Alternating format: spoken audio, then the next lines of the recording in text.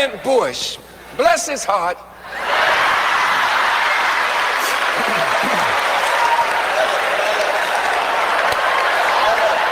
is worried about weapons of mass destruction. No dark nation should have a weapon of mass destruction. They have a fear. France got it. England got it. I think Germany may have something. South Africa has it. Israel has it.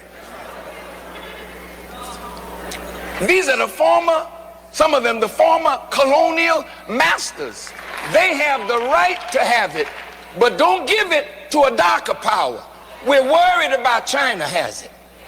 India has it. Lord have mercy. Pakistan got it. Korea was the axis of evil.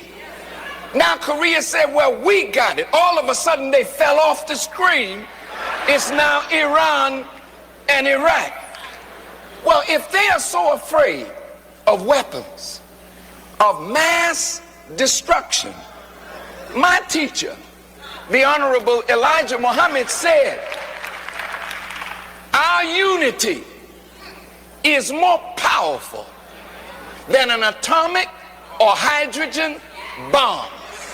That's the one thing we have never tried. We've kneeled in, crawled in, prayed in, lied in, slept in, but still we are out. If you want to get what you want, we gotta start with a contract with us. A contract, a covenant with us. We in leadership make a covenant with your people that you will never sell them out. We as leaders, listen.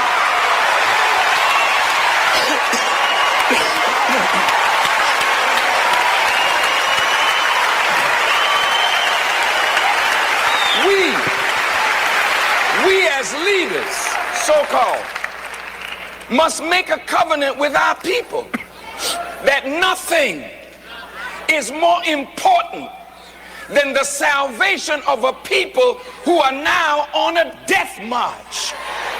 While we're singing and dancing and popping our finger and shaking our backside to the world, we are on a death march into ovens, but not the same oven called Auschwitz.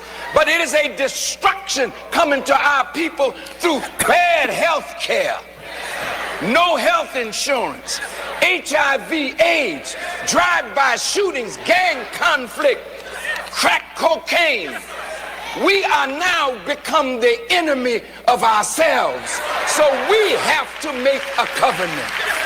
And in closing, in my conclusion, oh yes, I'm a Baptist preacher now. In my conclusion,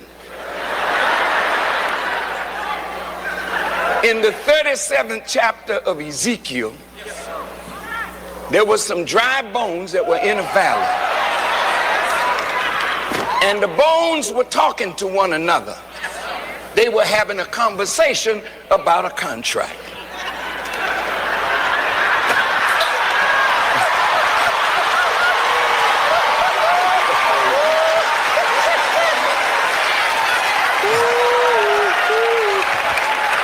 And as they were having this contract, some of the bones said, our hope is lost.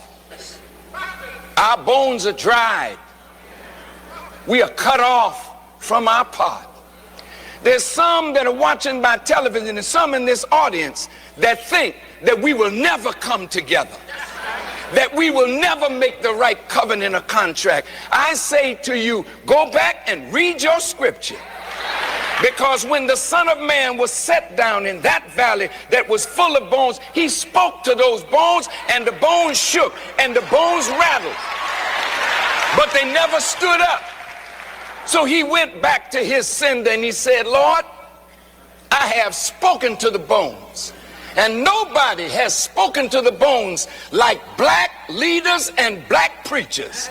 Nobody speaks to the bones like a Reverend Jackson or a T.D. Jakes or Bishop Long or Bishop Patterson or Cornel West. And those of us that preach, Reverend Sharpton, the bones always listen. The bones shake. The bones rattle.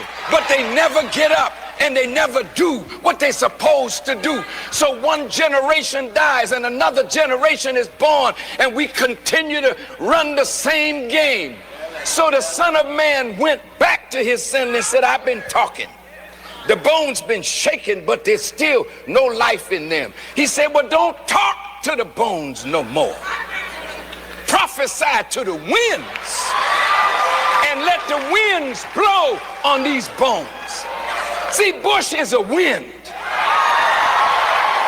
Your rejection at the table is a wind. My brother's going to dinner in the White House and can't come away with what is in the best interest of all our people. Jesse running twice, but still couldn't come away with what our people need. All of this is a farce.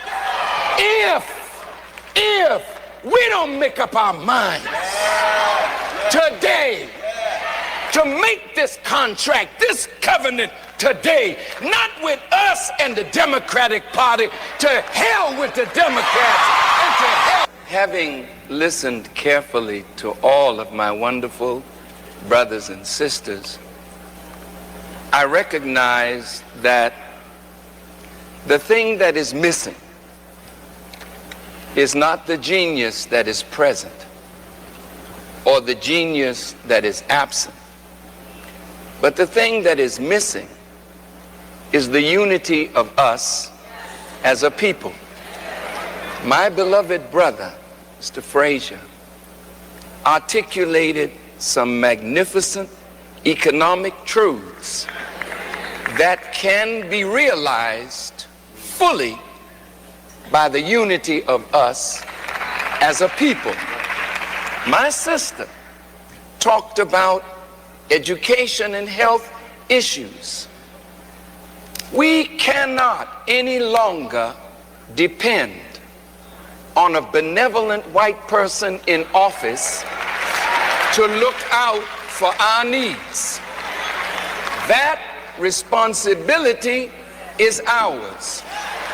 Now, whether my brother, Bishop Eddie Long, can visit the White House and speak on behalf of us, or whether the Reverend Jackson can visit the White House and speak on behalf of us, or any of us, They haven't invited me, Mr. Farrakhan. They haven't invited me to the White House. Well, you're on your way though, brother, for sure. When you can assemble us like this, you are a very important man.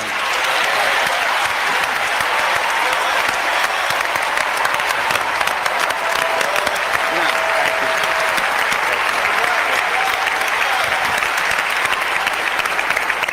the few points that I want to make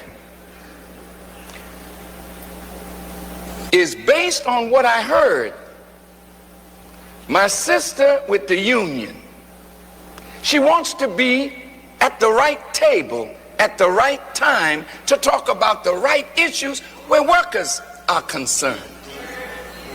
Everyone at this table, my dear sister, talked about policy and community. Reverend Lowry and Reverend Sharpton brilliantly defined for us really the crux of the matter. Here's what I see. Respectfully,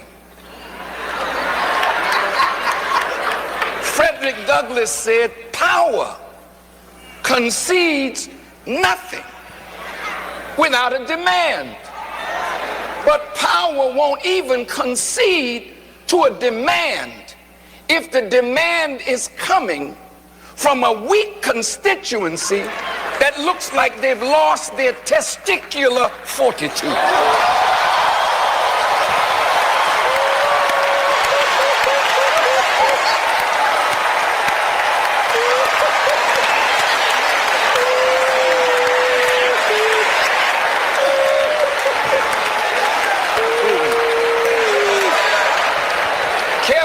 Careful now. Careful. I'm a Baptist preacher too. But listen, family, listen. The generational gap is serious. But it's written of in Scripture. When Moses gathered the people in the wilderness, he spied the promised land. But there were some giants in the promised land. And the people were asked, go in, we're with you. They said, wait a minute, God. We would go, but the giants are there. They had no faith that they could take the land from the giants. So what did God say? Okay, you wander in the wilderness till you die out. And I will take your children and they will inhabit the promised land. Martin Luther King said, I've been to the mountaintop. I have seen the promised land. I may not get there with you, but we as a people will get there when we separate from a pharaohic idea of mental slavery. Our children, listen, our children cannot eat at the table of illusion and hypocrisy. Most of us who have access, who have wealth, who have quote unquote positions, we are like mannequins in the shopping mall of democracy. When you go to the shopping mall, you see the mannequin.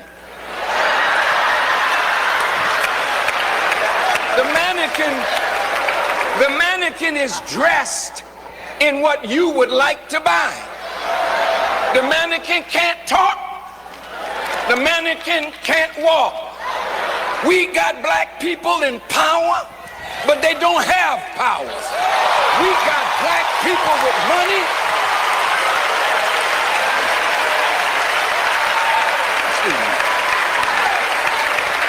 We have black people with money that we think are giants, but in the company of their white counterparts, they are midgets. Now, if we want to get where we want to go, we can't focus on the house that has rejected us and our fathers for 400 years. We have to now focus on ourselves. Now follow this and I'm out of here. I'm complete. Follow this. Selma, Alabama, where so many good people lost their lives. So many good people were maimed and wounded. So many scarred for life that we might have a right to vote. But we have not used that vote as wisely as we should have.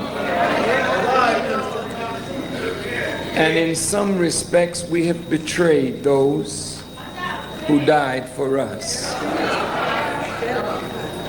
Because we went to sleep thinking that the strife was o'er, the battle done, the victory of life was won, only to turn around and find that 30 years later, the same man who was mayor then is mayor now.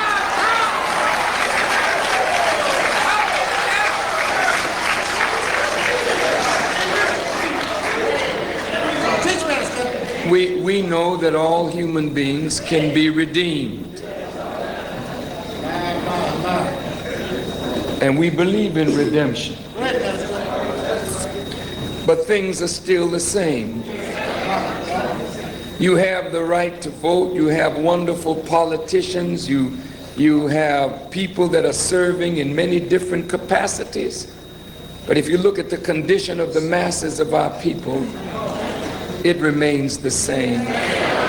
So we did not get the right to vote, and Mother Cooper did not knock down the sheriff for us to be knocked down by machinations and schemes that rob us of the freedom that they suffered to try to give us.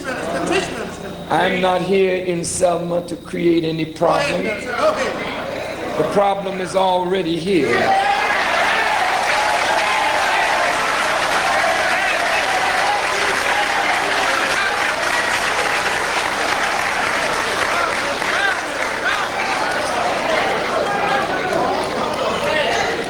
Some of these that have opposed my presence, what are their works? We've read their words in the paper, but what are their works? On my way to this beloved and sacred place, I saw a sign, "This way to racial harmony," as though racial harmony was on the bridge. Racial harmony is not on the Edmund Pettus Bridge. Racial harmony can only come when there's racial justice.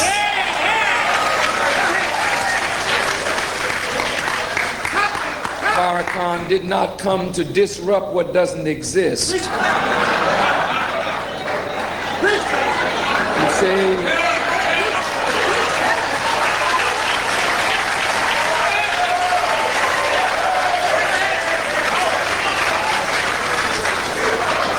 Our people are not foolish. We don't need magic. We need truth. We don't need magic. We don't need deception. We need truth. Those of you in power, you know that you're deceiving black people.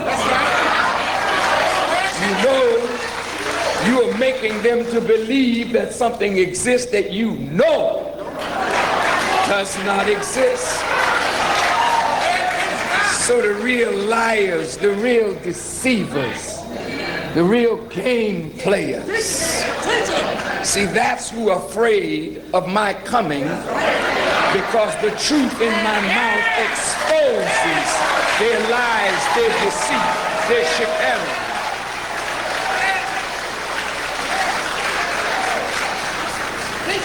While I was walking through the museum of voting and civil rights, it took every bit of strength to keep the tears from falling from my eyes, to think of how my brothers and sisters have suffered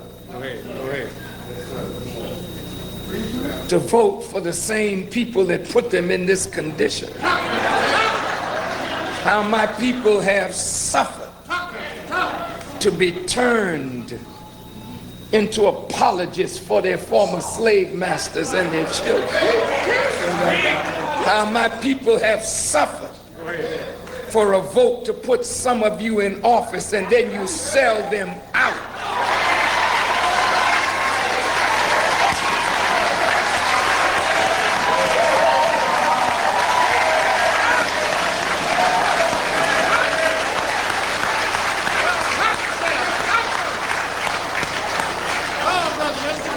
While I was in the museum reminiscing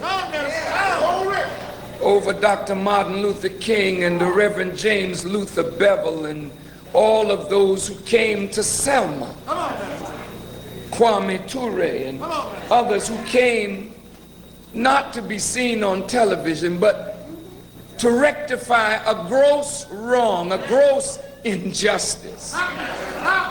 And the media would act as though all injustice has been corrected. All suffering has ended. All racism has ended.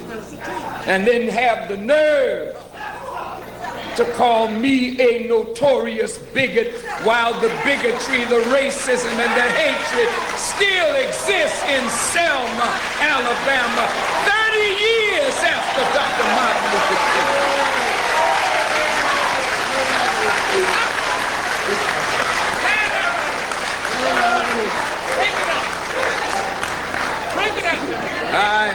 I'm not here to stir up hatred. But if you had not been unjust to black people, there would be no hatred for nobody to stir up.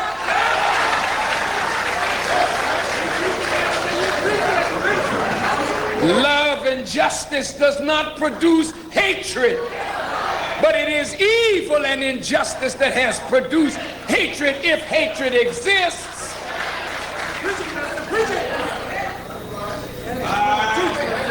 While I was in the museum, His Honor, the mayor, Mr. Smitherman, came to see if the people of his plantation are still all right.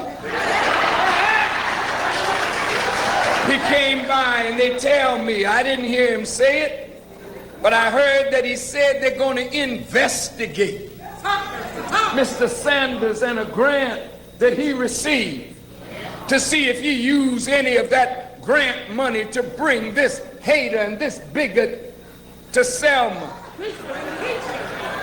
I wish he was here so I could tell him to his teeth.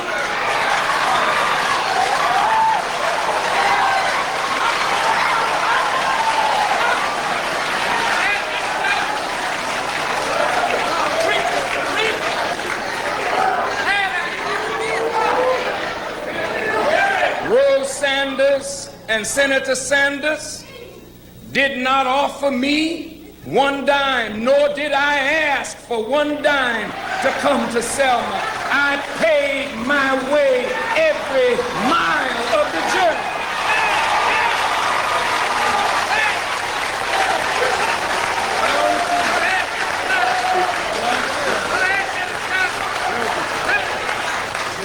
And the love offering that you gave, thinking that you gave to me, I put $100 in that bucket, and I'm giving every dime right back to Selma, that Selma may improve her own condition.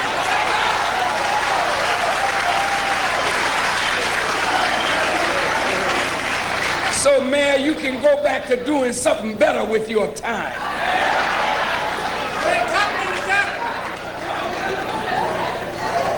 I came here to Selma to talk to you. Because your biggest enemy is not the white man. Your biggest enemy is your fear of the white man.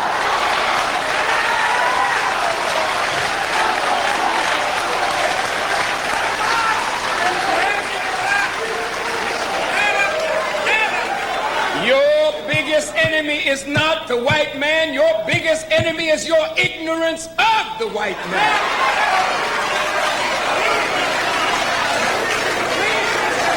Fear and ignorance is your number one enemy. How dare you say you are a Christian and that you know Jesus Christ and are walking in fear of the very shadow of your enemy? The scripture said perfect love casteth out fear, and that is your problem. You don't love God enough. You don't love yourself enough. You don't love one another enough.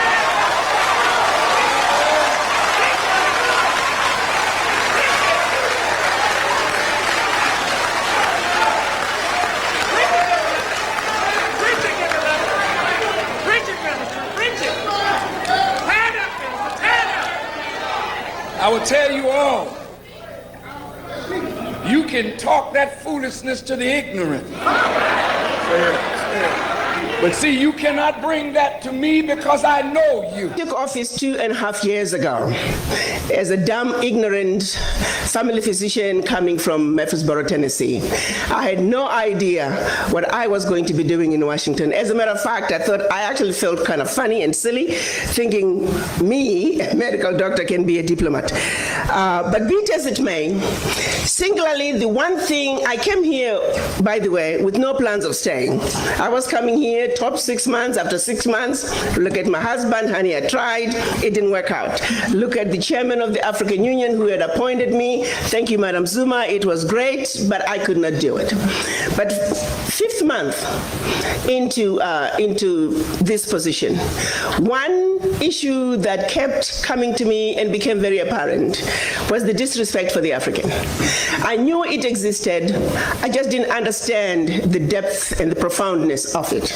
And not only that, as I began to understand it even deeper, I began to also understand its economic implications when it comes to how we are perceived on the world stage, how this simple fact of simply disrespecting the African had serious implications and is at the root cause of why Africa is not able to move forward. And as I went and tried to understand and dig further to say, what is it about us as black people around the globe? Why is it that we are so disrespected no matter where you go? And I often say, was there a memo sent out to say wherever you go, if you are not a black person, you see a black person, you're automatically superior to them and you have a right to disrespect them? This memo did not miss anybody. It went to non-black people, but here's the real shocker. It also went to us black people to say, accept that you are inferior. You automatically take an inferior position. And I'm going to have to tell you something that has become a realization that and this is where I am stuck as I try to understand, how did this message just go through and percolated so through? Now we are on automatic pilot. It's almost as if we've undergone a genetic mutation. We don't even have to be told. We pass it on to our children. Have you ever wondered, of all the colors on earth, why were 2 colors chosen? Black color and white color. Follow me on this one. You take a white color, you associate it with Jesus Christ. You associate it with the angels. You associate it with purity and everything wonderful and everything desirable. And then you take a race that's not even white and you say you are white. Yes. And then you take another color. You associate it with the devil. You associate it with everything undesirable. I've never seen a bank robber wearing a white mask. All the villains on movies are black. Everything undesirable is black. And then you take another race that are not even black and say, you guys, you are black. Yeah. Now go at it. Speak, my sister. As we black mothers are trying to raise our children in our own homes, as much as we try to tell them that you're black and you're beautiful, guess what? The minute they step outside the door, the messages are completely different. A barrage of subliminal messages telling our children that that which you represent is horrible. Yeah. How do we fight against that? How do I tell my granddaughter that you're black and beautiful, but the world tells her otherwise?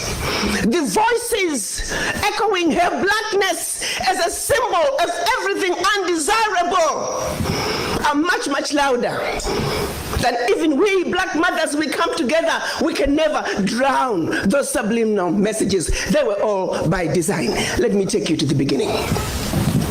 Certainly for Africa, your continent. Because as we gather here today, as we try to strategize, as we try to create those linkages between those Africans away from the continent and the Africans on the continent, we must understand, how did we get here? And for Africa, it starts with that monumental decision when the colonizers, came together in Berlin in 1884. And let me say, prior to 1884, they were coming to Africa in a haphazard way. They had started with slavery. And then when they felt like they needed the slaves to stay on the continent, they say, oh, we no longer believe in slave trade. Let's stop it. No. It was really just another way of saying the labor is needed on the continent. Let's keep the monkeys on the continent so we can continue to exploit them. So 1884, they met in Berlin to organize themselves so they can effectively loot from the monkeys. They did not meet in Berlin to see to it that Africa would prosper. No. Let me repeat.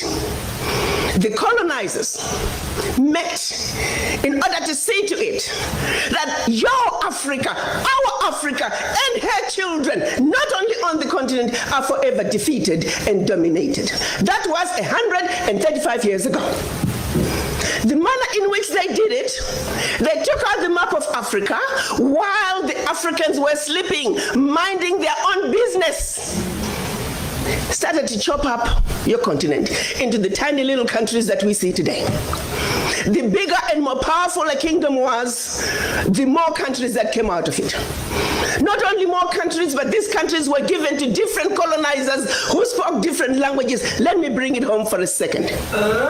Pretend you're driving from Zambia, you're speaking English. Pretty soon you're in Angola, you're speaking Portuguese. Then DRC, French. Equatorial Guinea, Spanish. Southern Cameroon, French. Southern Cameroon, English. Northern Cameroon, French. You are now in Nigeria, English. Hello. These were the same people. Prior to 1884, we were powerful, amazing kingdoms with well-established educational and religious systems. If the truth be told, we had the civilization. We were the civilized. They were the devils, the uncivilized ones. They set out to take everything that symbolized civilization in Africa. To this day, they're still refusing to give up those relics. If those relics were not that good, why are you keeping them?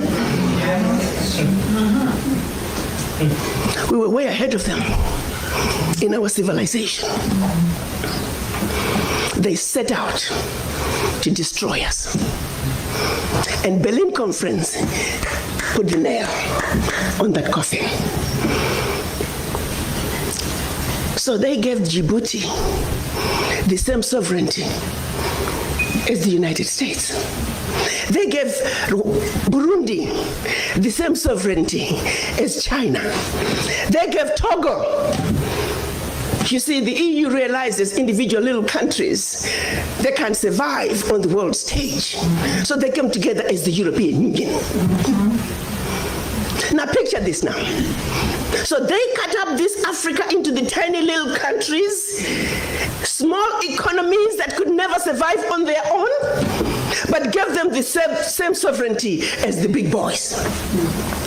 So that way, when the little bitty countries go to the world stage for the purposes of development and discussing trade, they're wannabe boxers who are being thrown into the heavyweight boxing ring every day. How do you put China in the same boxing ring with Eswatini?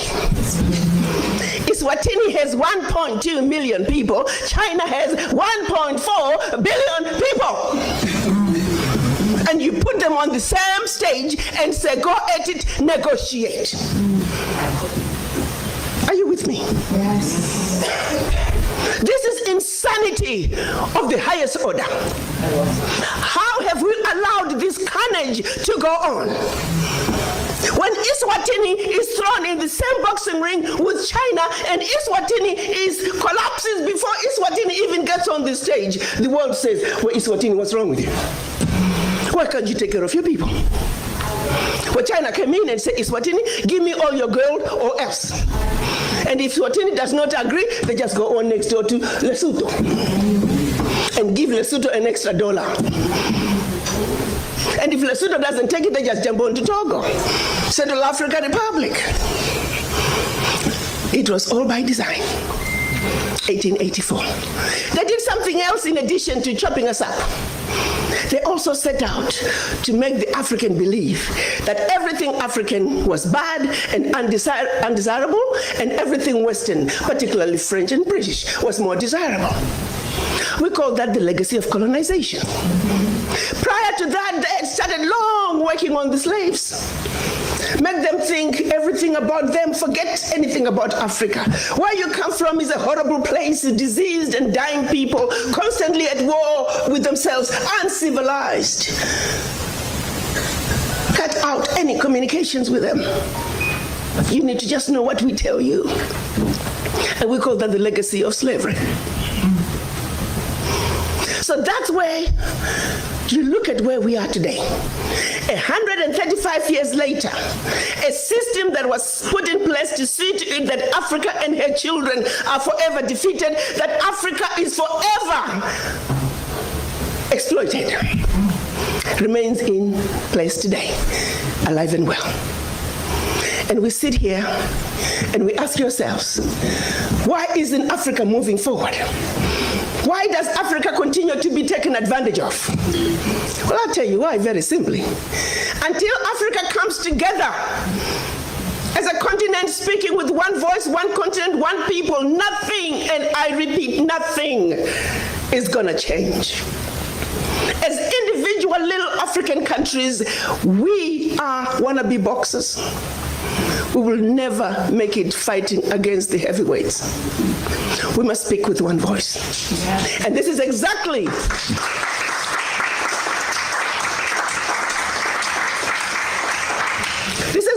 what our Pan-African leaders wanted to see happen in 1963 when they came together in Addis Ababa, Ethiopia. They clearly stated that Africa for the Africans at home and abroad, and that African Union was now.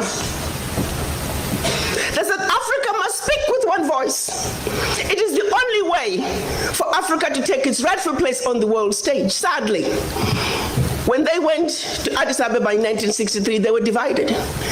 We had two factions, the Casablanca group and the Monrovia group. The Casablanca group were saying Africa for the Africans at home and abroad, and African Union now. This was Ghana, Guinea, Mali, Egypt, Morocco, Algeria, and Tunisia. Only 7. The other 25 of the 32 who attended were the Monrovia group. They were the nationalists. They said, let's go slow. Let's kind of wait on this Pan-African thing. 55 years later, 56 this year, we're still going slow. As if it wasn't bad enough that we were divided up into the tiny little countries that we are today. The gift that Berlin Conference gave us. One other thing that France did between 1958 and 1961 in the name of giving us our independence as African countries. France forced the Francophone, and I hate that terminology. There is no such thing as Francophone, Anglophone. They made it up. But for the purposes of communication, I will use that. 14 of those countries, they said, in order for you to get your independence from us, you must sign this document. You thought they could have found a better name for the document. The document was called the Pact for the Continuation. I repeat, the Pact for the Continuation of Colonization. We are talking about giving you independence, but sign this pact for the continuation of colonization in a different format. And I'm going to highlight some of those issues that they said you must agree to if you are going to be independent. Hello. Maybe we need to redefine the meaning of independence for the French.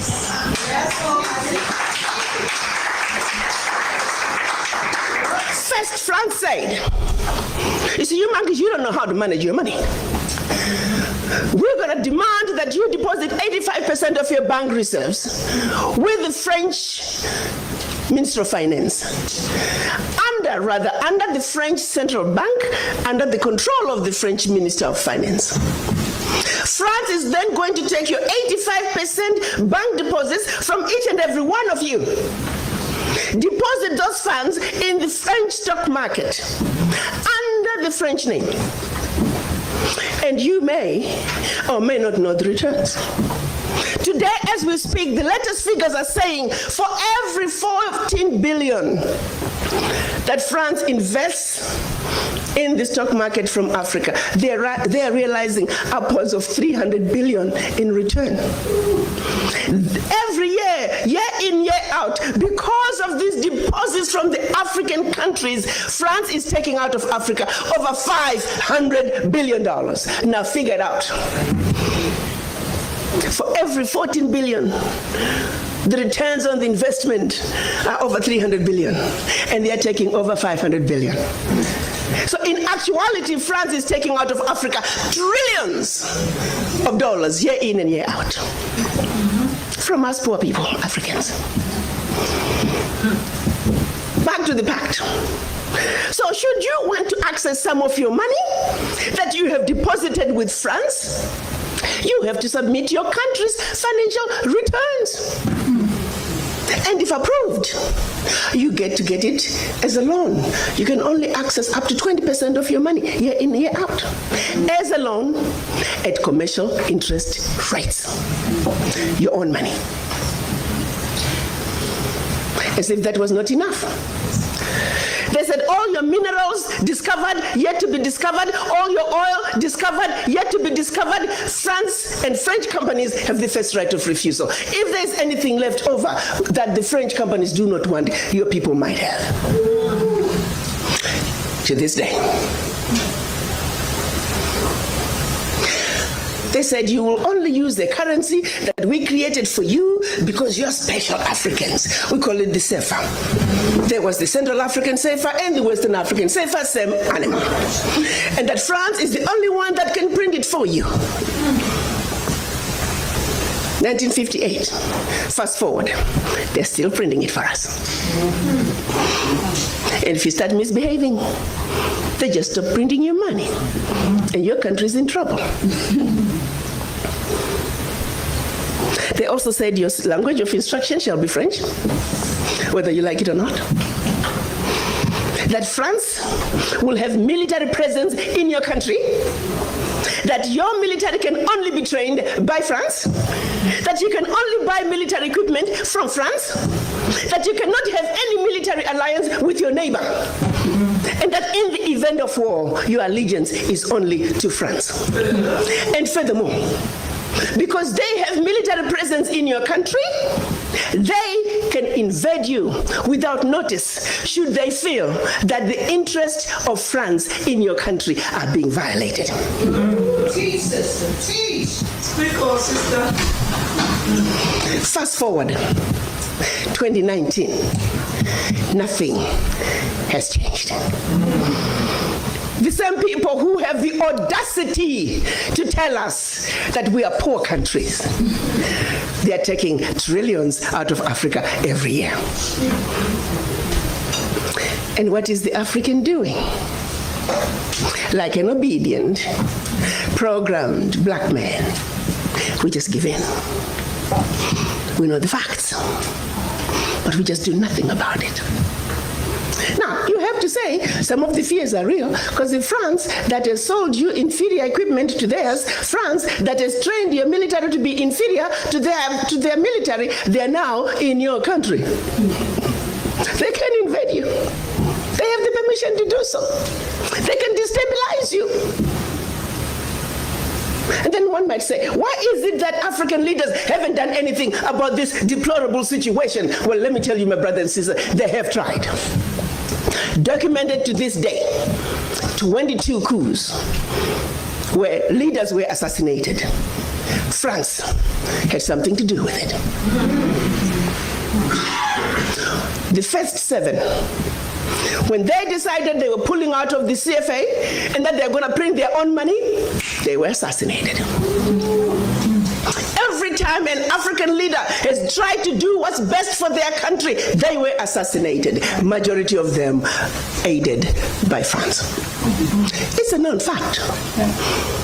And then others, they were just mercenaries who felt that when there was a natural resource discovered in one country, they wanted to create a coup. So while the country is thrown into a civil war, they're siphoning the natural resource. We know of one particular story that had we not known about it, it would have been, oh, there we go again, the Africans. Welcome back to my YouTube channel once more. Team Mutesi Reaction is my name. Kindly, if you are watching this video for the first time, make sure you subscribe, like, share and comment. Hope you have watched the full clip of Louis Vargan. Louis Vargan is the US minister, and he's the fearless. He's the one who can tell the Donald Trump the right thing. He's the one who can attack these Western countries with a lot of energy, with a lot of power. And Louis Fargan, he has been very advocating for Pan-Africanism, and he has been warning we as African and also Caribbean to unite so that we cannot defend from these Western countries.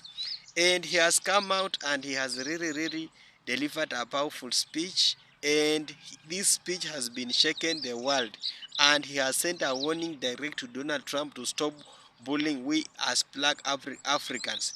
And he has also sent a warning to this Western country to stop being interfering with the people of Africa, and to stop this being assassinating our people. So Louis Vargan is the person have known for so long. I've been bringing this channel for so long, and he has really defending we as Africans. And we know that we African, we have been used in a very bad situation. We have been used in a very bad images. As we all know that those whites has been even, they have never been using in any bad images or bad speech, but we African has been using in a very bad images. Let me tell you something what I'm meaning. You saw that when you watch these horror movies or own movies, in any thief, you will find that those people normally wear a black mask. You will not find that these people wear a white mask. Why? Because we Africa, those people who are producing those movies are the white people, and those white people wants to humiliate we as Africans. So they decided to keep those black images. They just planted our black images. Look what happened in now in the funerals. Most in your funerals wear a black color. Why those people can't wear a white color? Because we as African, we are just been dumped with these people. We are just used by these people.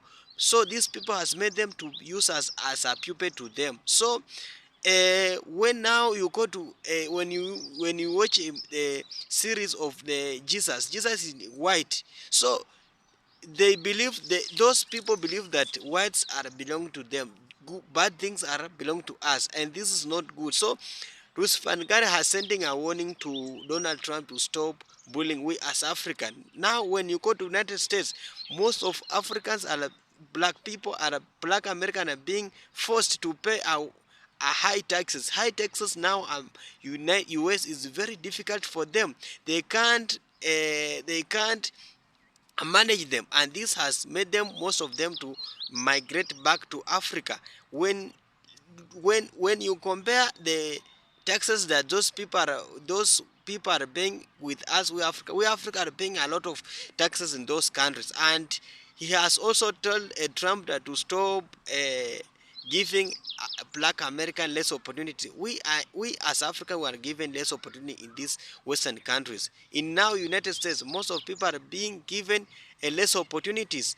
Those people are being given high opportunities compared to us, and we all know that the United States were built by we African. Africa built the United States of America because of our resources. Our resources are being taken from our continent so that they can go and build this United States. Then he has also told that these people to stop. We as Africa, we are paying a lot of wages. In we find that wages are being we are being paid less wages, but a lot of bills is occurred in this country. Most of people are being electrical bill, road maintenance bill. A lot of bills are being imposed to we as Africans, and this has made us to life to be very tough in Africa. So Louis Farrakhan has really sent a warning to Donald Trump that this thing must stop. We Africa, we must be respected because when these people come in Africa, we don't need any visa. But we as Africa, when we want to travel in this Western country, you need a lot of visa. So why these people are doing this for us? And we are the same. We are just the color. The skin is so different, but we are just the same. So he has sent a warning to them, and that we must now come up and we must now unite it, and he must respect us, because this United States has been a very, very tough to us. Now, going to America is very difficult. You need a visa, but those coming to our country, they don't need a visa. Why doing this for us? And when Trump took in power, first thing he did, he he he managed he managed to force the all illegal immigrants back to their country, and most of those immigrants are black people, are black color. Those are immigrants that are being forced to go to their countries. Also, these things has made Lucifer and God now to come out and send a warning to him that to stop this habit of humiliating with African. Now, and now he has said that now Traore is the African president. Now Trump must respect Traore. These things that are these meetings that are being held in night with this Macron of France, these things must now stop, because they want to assassinate Ibrahim Traore, and now they must stop planning these meetings. He has sent down to them to stop these things, because Ibrahim Traore is our president, and we must respect we as African color. As I conclude, we African, we love each other, and we must now unite it, because these people fear us. When united, they will be in problems, so they want to divide us. So it's high time we united, so that we can defend our democracy, because we are given a fake democracy. So we must now defend our democracy and move forward with our country. Thank you so much once more for watching my video. Kindly, if you come across this video, make this video viral. Let's send a warning to Donald Trump that we Africa, he must stop bullying us. Bye for now.